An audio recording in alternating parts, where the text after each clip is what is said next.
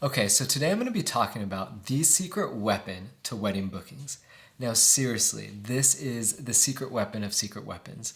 Like, when I implemented this in my business 6 or so years ago, I went from hardly any bookings to having a fully booked calendar year after year after year. Now, you may be thinking, David, that just sounds like an exaggeration. No simple tweak can do that much. But yes, this thing can. And what it is a sales call. Now I know you may be thinking, oh, like I've heard this before and I'm not into talking with couples on the phone. It's scary, uncomfortable, all these things.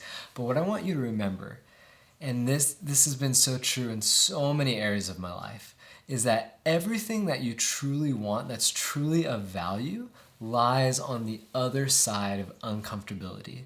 The people that are okay being uncomfortable usually get exactly what they're looking for in their business, their relationships, anything like that. And yes, it's uncomfortable, but what I'm going to show you is how to make it not uncomfortable and how to make it natural. Because I can promise you, when I do calls with couples, they don't feel like sales calls at all. They feel like talking to a friend, and they thank me after the call for spending time with them. I've had brides cry on calls just for me taking so much time to get to know them.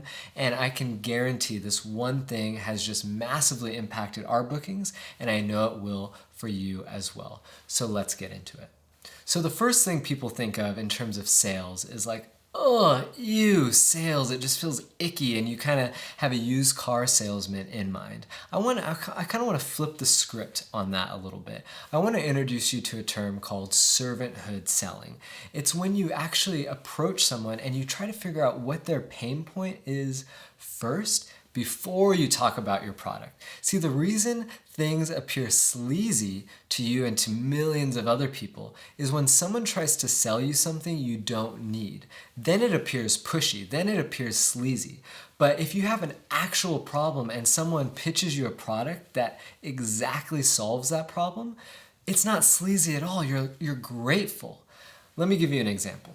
Say you're at a doctor's office and you have a massive, massive pain in your foot, or even more serious, you have cancer. If the doctor sat with you and said, hey, tell me more about that issue you're having, and for 45 minutes just asked you really good diagnostic questions, would you feel like, oh man, this doctor's being super pushy, super sleazy? No, you wouldn't feel that way at all. You'd feel like that person is serving you. And at the end of the whole doctor's visit, if he was like, hey, I have this I have this prescription and he tells you all about the benefits of how it's going to help your problem, you would be running for your ATM card, for your debit card, just show me where to sign. I want that thing. You'd be eager. And we can actually get couples experiencing that same thing we would experience from a doctor if we approach it in a servanthood way, where we're actually trying to diagnose problems rather than just write prescriptions without addressing a problem. Because say that same example, the doctor didn't ask those questions and just said, hey, here's a prescription.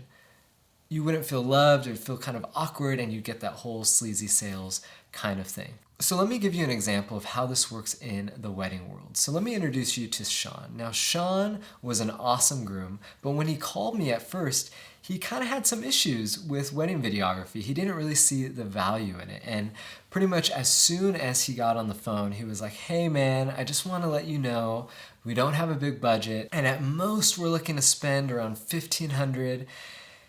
And I remember just, kind of like internally being, I don't know if I want to do this call. I mean, if you've done any sales calls before, when the groom says, hey, wedding videography is not that important, our budget is like zero, you really don't want to do the call.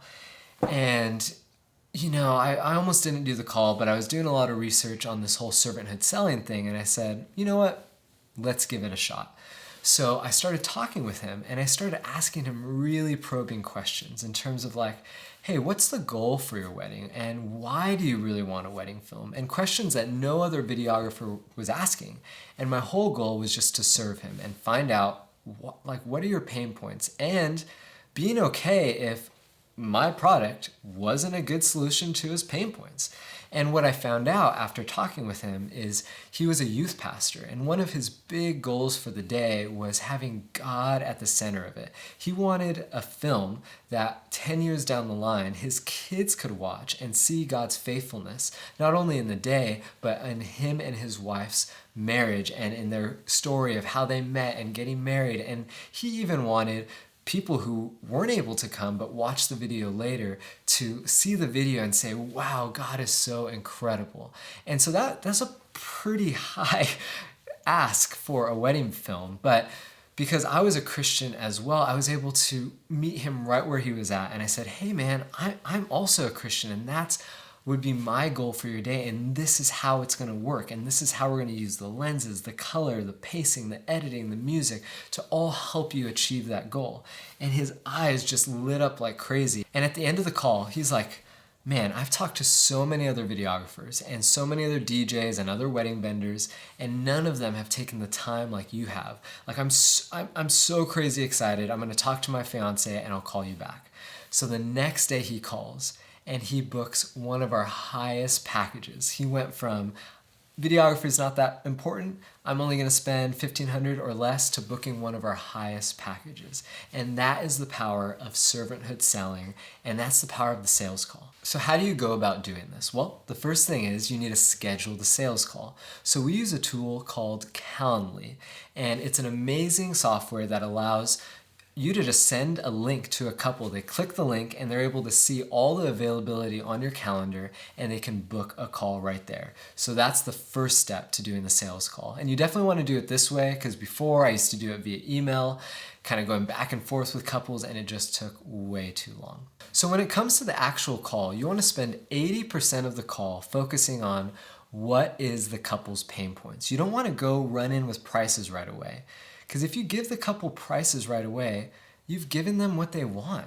And they're really not going to pay attention after that. If when you give them their prices, when you give them your prices, they're like, hey, this is too expensive. They're not going to kind of listen to you as you ask their pain points and things like that. So spend the first 80% asking questions. And here are some questions I like to ask. So the first one, what do you like about our films? This is a fantastic question because it kind of gets you in their mind of what they're looking for. And the next one is, why do you want a wedding film? This kind of helps you get to the heart of what they're looking for and can kind of help you see if you're a good fit or not. And then the last question I like to ask is, what are the most important moments you want to remember from your wedding day? This will kind of give you an idea of what's most important to them, and you can kind of talk through that with them. And then one kind of bonus question that's really, really nice is, 30 years from now, how do you plan on using this film? It kind of gets them thinking future, and it gets them seeing the film less as just a transaction and more of an investment.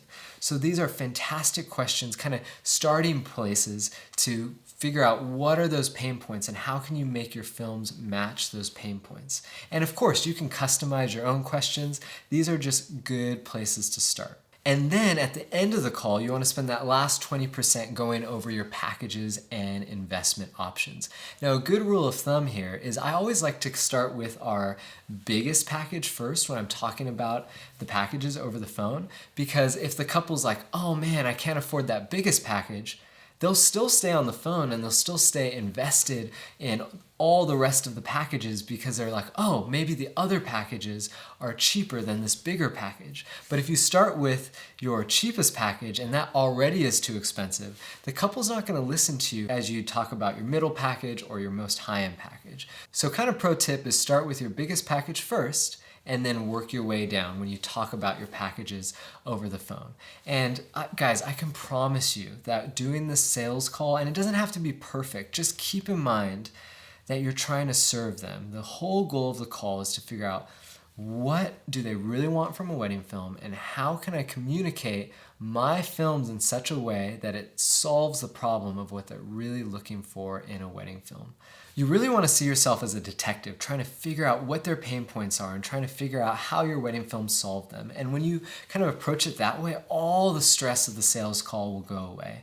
And kind of a good frame of mind I like to put myself in is, hey, imagine if I'm their best friend and they just called me to say, hey, I'm engaged.